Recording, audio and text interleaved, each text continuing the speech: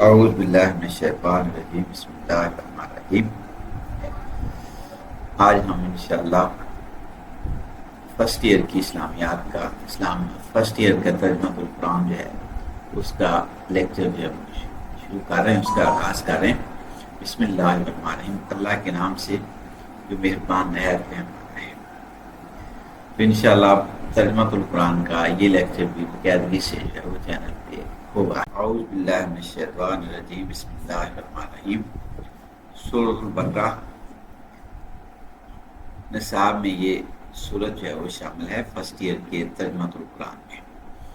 تعارف اور خصوصیات، حاصلات تعلق، یعنی اس سے مقصود کیا ہے، مقاصد کیا ہیں۔ اس صورت مبارکہ کی تدریس کے بعد طلباء اس قابل ہو جائیں گے کہ تلاوت قرآن مجید کے آداب پر عمل کر سکیں، سورۃ البقرہ کا تعارف کروا سکیں، سورۃ البقرہ کے مرکزی مضامین اخذ کر سکیں، سورۃ البقرہ کا بامحاورات ترجمہ کر سکیں اور اس کا فہم حاصل کر سکیں، سورۃ البقرہ کی امتحان کے لیے منتخب آیات کا بامحاورہ ترجمہ سیکھ کر جائزے کے قابل ہو سکیں، سورۃ البقرہ کے منتخب الفاظ کے معنی جان سکیں، سورۃ البقرہ میں مذکورہ قرآنی دعاؤں کو ترجمے کے ساتھ یاد کر سکیں۔ سورۃ البقرہ قرآن مجید کی ترتیب کے اعتبار سے دوسری اور سب سے طویل صورت ہے۔ اس صورت میں کل 286 آیات ہیں اور 40 رکوع ہیں۔ سورۃ بقرہ کا آغاز حروف مقطعات سے ہوتا ہے۔ حروف مقطعات قرآن مجید کی کچھ صورتوں کے شروع میں آئے ہیں، ان میں سے سورۃ بقرہ بھی ہے۔ حروف مقطعات وہ الفاظ ہیں جن کے معنی اللہ تعالیٰ کے سوا اور محمد رسول اللہ صلی اللہ علیہ وسلم کے سوا کوئی نہیں جانتا۔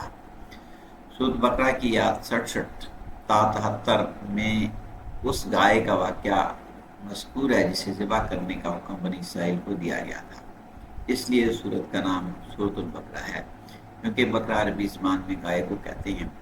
اس واقعہ میں بہت سی حکمتیں ہیں، جن میں سے ایک اہم بات یہ ہے کہ اللہ تعالیٰ انسانوں کے مر جانے کے بعد انہیں دوبارہ زندہ کرنے پر مکمل قدرت رکھتا ہے۔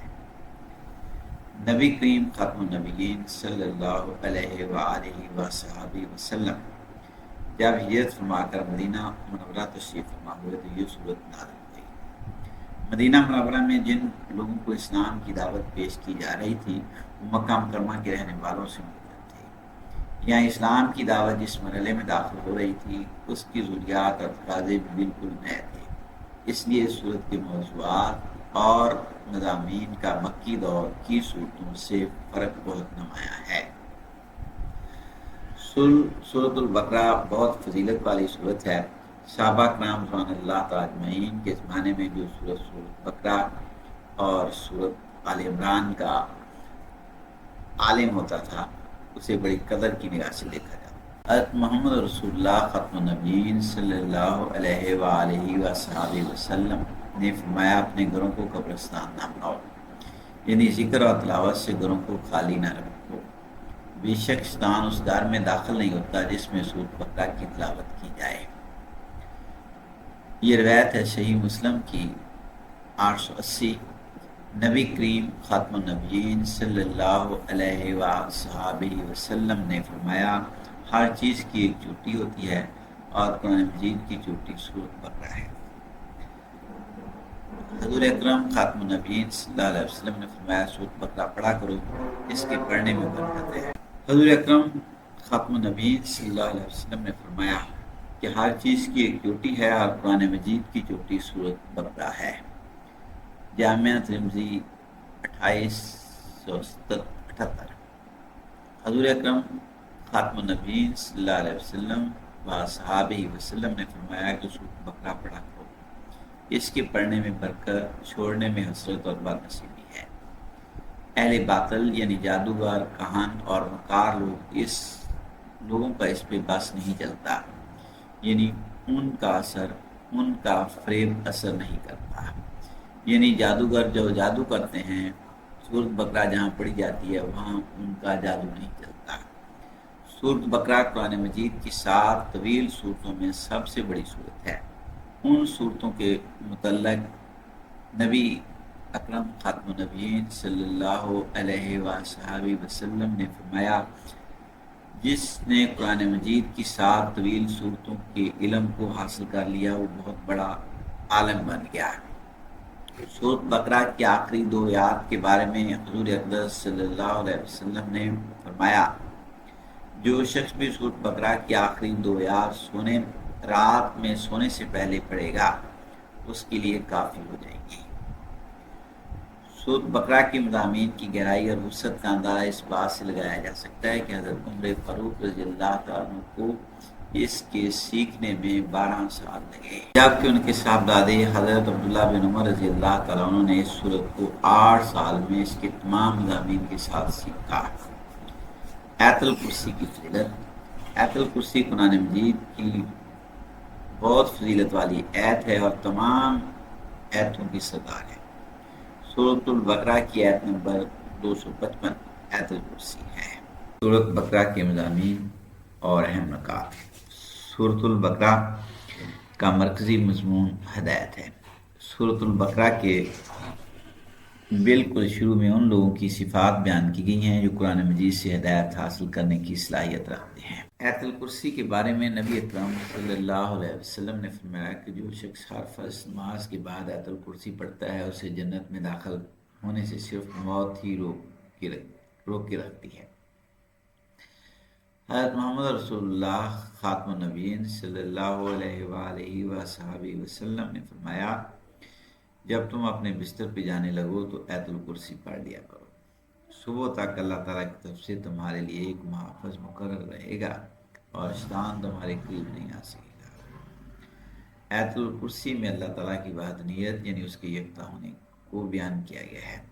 اس آیت میں اللہ تعالیٰ کی قدرت اور صفات کا بھی بیان ہے۔ سورۃ البقرہ مضامین اور اہم نکات۔ سورۃ البقرہ کا مرکزی مضمون ہدایت ہے۔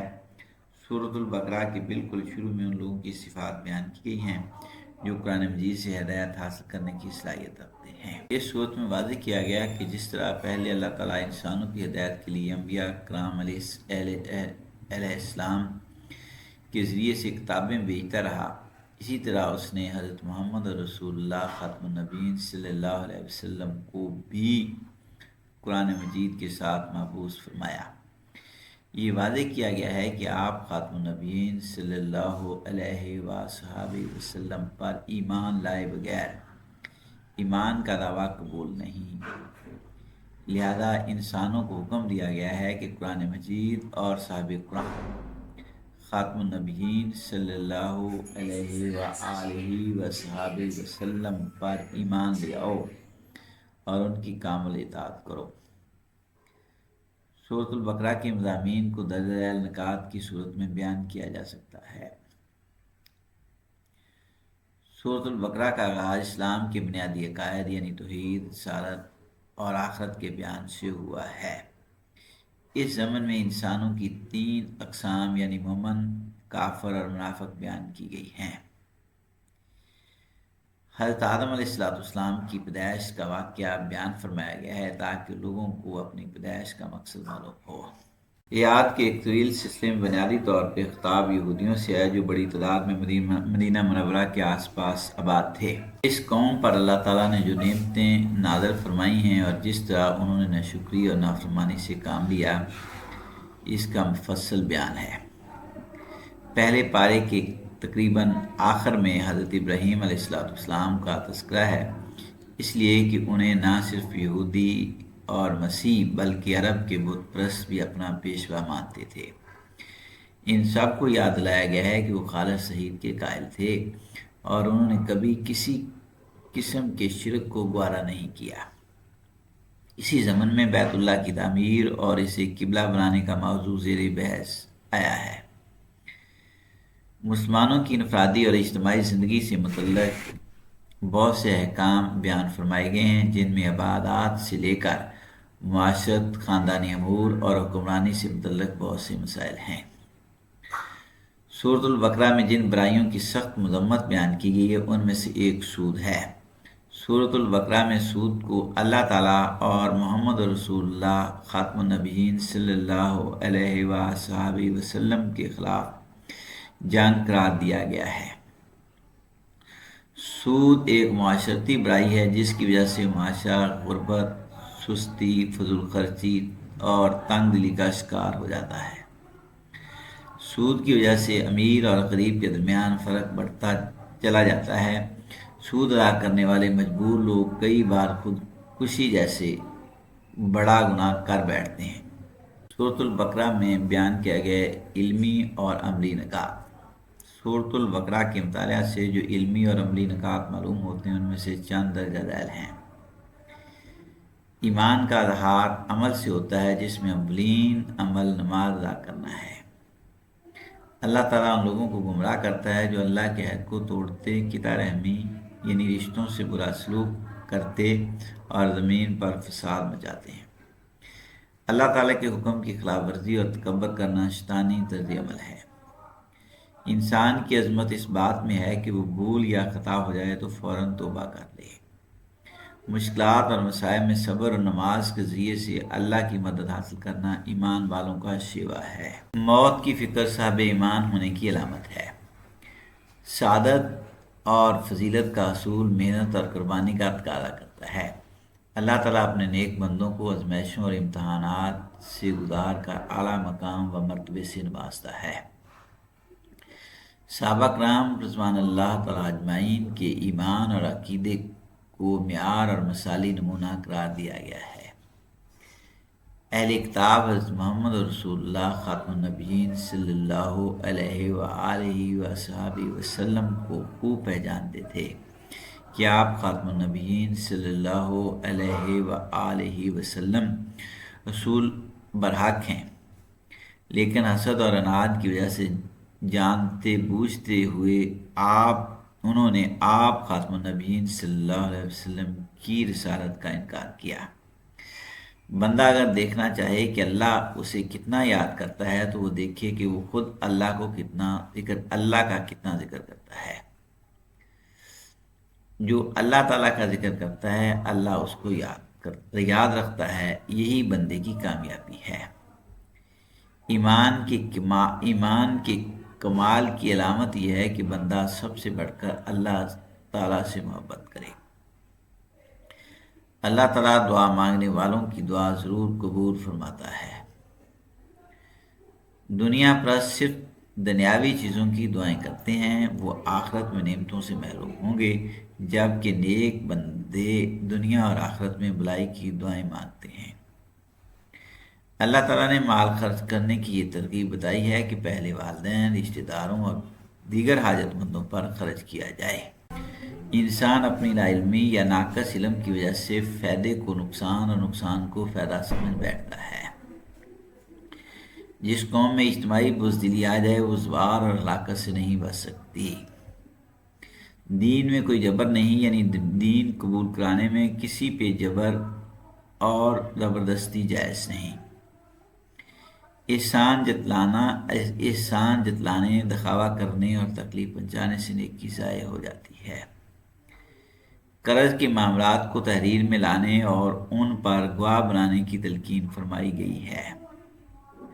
سود سے حاصل ہونے والے مال میں برکت نہیں ہوتی، اس کا انجام مفلسی اور تباہی ہے۔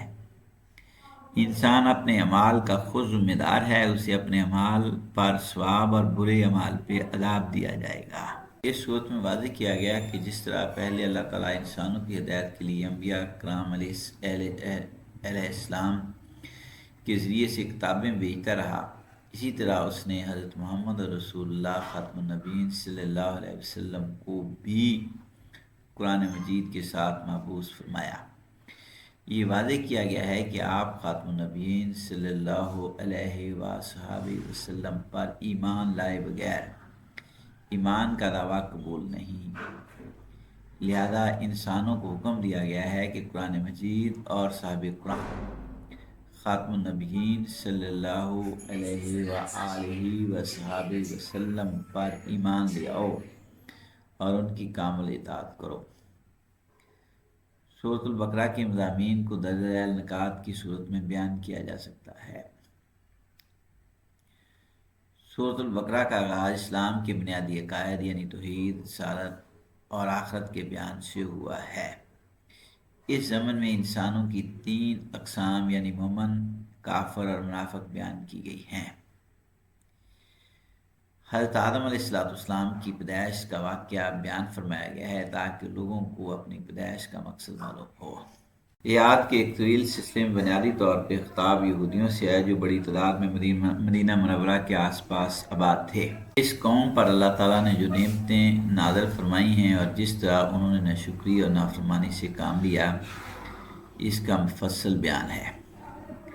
پہلے پارے کے تقریباً آخر میں حضرت ابراہیم علیہ السلام کا تذکرہ ہے، اس لیے کہ انہیں نہ صرف یہودی اور مسیح بلکہ عرب کے بت پرست بھی اپنا پیشوا مانتے تھے۔ ان سب کو یاد دلایا گیا ہے کہ وہ خالص توحید کے قائل تھے اور انہوں نے کبھی کسی قسم کے شرک کو گوارا نہیں کیا۔ اسی ضمن میں بیت اللہ کی تعمیر اور اسے قبلہ بنانے کا موضوع زیر بحث آیا ہے۔ مسلمانوں کی انفرادی اور اجتماعی زندگی سے متعلق بہت سے احکام بیان فرمائے گئے ہیں، جن میں عبادات سے لے کر معاشرت، خاندانی امور اور حکمرانی سے متعلق بہت سے مسائل ہیں۔ سورۃ البقرہ میں جن برائیوں کی سخت مذمت بیان کی گئی ہے ان میں سے ایک سود ہے۔ سورۃ البقرہ میں سود کو اللہ تعالیٰ اور محمد رسول اللہ خاتم النبیین صلی اللہ علیہ وآلہ وسلم کے خلاف جنگ قرار دیا گیا ہے۔ سود ایک معاشرتی برائی ہے جس کی وجہ سے معاشرہ غربت، سستی، فضول خرچی اور تنگ دلی کا شکار ہو جاتا ہے۔ سود کی وجہ سے امیر اور غریب کے درمیان فرق بڑھتا چلا جاتا ہے۔ سود ادا کرنے والے مجبور لوگ کئی بار خودکشی جیسے بڑا گناہ کر بیٹھتے ہیں۔ سورۃ البقرہ میں بیان کیا گیا علمی اور عملی نکات۔ سورۃ البقرہ کے مطالعہ سے جو علمی اور عملی نکات معلوم ہوتے ہیں ان میں سے چند درجہ ذیل ہیں۔ ایمان کا اظہار عمل سے ہوتا ہے جس میں اولین عمل نماز ادا کرنا ہے۔ اللہ تعالیٰ ان لوگوں کو گمراہ کرتا ہے جو اللہ کے عہد کو توڑتے، قطع رحمی یعنی رشتوں سے برا سلوک کرتے اور زمین پر فساد مچاتے ہیں۔ اللہ تعالیٰ کے حکم کی خلاف ورزی اور تکبر کرنا شیطانی طرز عمل ہے۔ انسان کی عظمت اس بات میں ہے کہ وہ بھول یا خطا ہو جائے تو فوراً توبہ کر لے۔ مشکلات اور مصائب میں صبر اور نماز کے ذریعے سے اللہ کی مدد حاصل کرنا ایمان والوں کا شیوا ہے۔ موت کی فکر صاحب ایمان ہونے کی علامت ہے۔ سعادت اور فضیلت کا حصول محنت اور قربانی کا تقاضا کرتا ہے۔ اللہ تعالیٰ اپنے نیک بندوں کو آزمائشوں اور امتحانات سے گزار کر اعلیٰ مقام و مرتبے سے نوازتا ہے۔ صحابہ کرام رضوان اللہ تعالیٰ اجمعین کے ایمان اور عقیدے کو معیار اور مثالی نمونہ قرار دیا گیا ہے۔ اہل کتاب حضرت محمد رسول اللہ خاتم النبیین صلی اللہ علیہ وآلہ وصحبہ وسلم کو خوب پہچانتے تھے کہ آپ خاتم النبیین صلی اللہ علیہ وآلہ وسلم رسول برحق ہیں، لیکن حسد اور عناد کی وجہ سے جانتے بوجھتے ہوئے انہوں نے آپ خاتم النبیین صلی اللہ علیہ وسلم کی رسالت کا انکار کیا۔ بندہ اگر دیکھنا چاہے کہ اللہ اسے کتنا یاد کرتا ہے تو وہ دیکھے کہ وہ خود اللہ کا کتنا ذکر کرتا ہے۔ جو اللہ تعالیٰ کا ذکر کرتا ہے اللہ اس کو یاد رکھتا ہے، یہی بندے کی کامیابی ہے۔ ایمان کے کمال کی علامت یہ ہے کہ بندہ سب سے بڑھ کر اللہ تعالیٰ سے محبت کرے۔ اللہ تعالیٰ دعا مانگنے والوں کی دعا ضرور قبول فرماتا ہے۔ دنیا پرست صرف دنیاوی چیزوں کی دعائیں کرتے ہیں، وہ آخرت میں نعمتوں سے محروم ہوں گے، جبکہ نیک بندے دنیا اور آخرت میں بھلائی کی دعائیں مانگتے ہیں۔ اللہ تعالیٰ نے مال خرچ کرنے کی یہ ترغیب بتائی ہے کہ پہلے والدین، رشتہ داروں اور دیگر حاجت مندوں پر خرچ کیا جائے۔ انسان اپنی لا علمی یا ناقص علم کی وجہ سے فائدے کو نقصان اور نقصان کو فائدہ سمجھ بیٹھتا ہے۔ جس قوم میں اجتماعی بزدلی آ جائے وہ زوار اور ہلاکت سے نہیں بچ سکتی۔ دین میں کوئی جبر نہیں، یعنی دین قبول کرانے میں کسی پہ جبر اور زبردستی جائز نہیں۔ احسان جتلانے، دکھاوا کرنے اور تکلیف پہنچانے سے نیکی ضائع ہو جاتی ہے۔